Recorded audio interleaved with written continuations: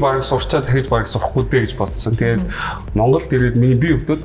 Тэгээд би өөрөө болохоор нэлээд тарган байсан. 95 кг байсан байхгүй юу? Эцсийн би тэгээд нэлээд бүдүүн хүн байсан маа. Тэгээд урд очиод нэлээд таргалцсан. Таргалаад баг 3-4 жил болсон. Тэгээд Монголд ирэнгүүт даралт гисэд. Эцтэй үтэй тийм ээ. Юу 20 настай тийм үү? Тэгээд өвчл үзүүлсэн чинь чигтэй гэдэг би тэттэй гэж нэг насаа хэлсэн чинь чи ийм жоох юм байж яаж наад хөгшөө шиг даралтай байж болд ингээд тур гэд. Тэгээд яг хуу би хэвтэрт ингээд нөгөө орцсон бүр хөдлөж чадахгүй нэг нилээ ингээд би үл гэж бодохгүйс.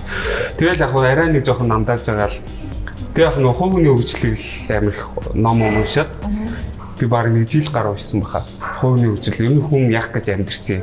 Тэгэл тэр үед чинь би бодсон шүү дээ. Би ер нь яах гэж ер нь одоо яг юу хийх ёстой ингэж бодоод. Тэгээд ер нь нэг жилийн хугацаанд хувийн хөгжил алсын хараа зорилго хандлага гэж юу гэдгийг судлаа. Тэгээд тэр хугацаанд яг тэр сурсан юм аа яг өөр дээр хэрэгжүүлсэн л дээ. Тэгээд би турах ёстой юм байна. Тарган хүн байж ер нь нэг хүмүүс ажлын байран дээрс гараад нөлөөлж чадахгүй шүү дээ. Хувийн дээр их анхаарсан нэг жилиг бясалгал хийж утсан. Тэгэл өөрийгөө аль болох хөгжүүлэх гэж хичээсэн. Тэгээ маш ихээр тураа. Тэгээ за би ер нь одоо тэгээ хятад юм сураагүй юм байна. Ядаж их хэл дээр одоо би өөрөө мэрэгчлээ олж авъя. Тэгээ өөрийнхөө дуртай мэрэгчлэрээ сурыг. Тэгээ өөрийнхөө яг сурах зорилго хүсэл эрмэлзэл маань хэлсэн юм да. бид туссан гэсэн юм шүү.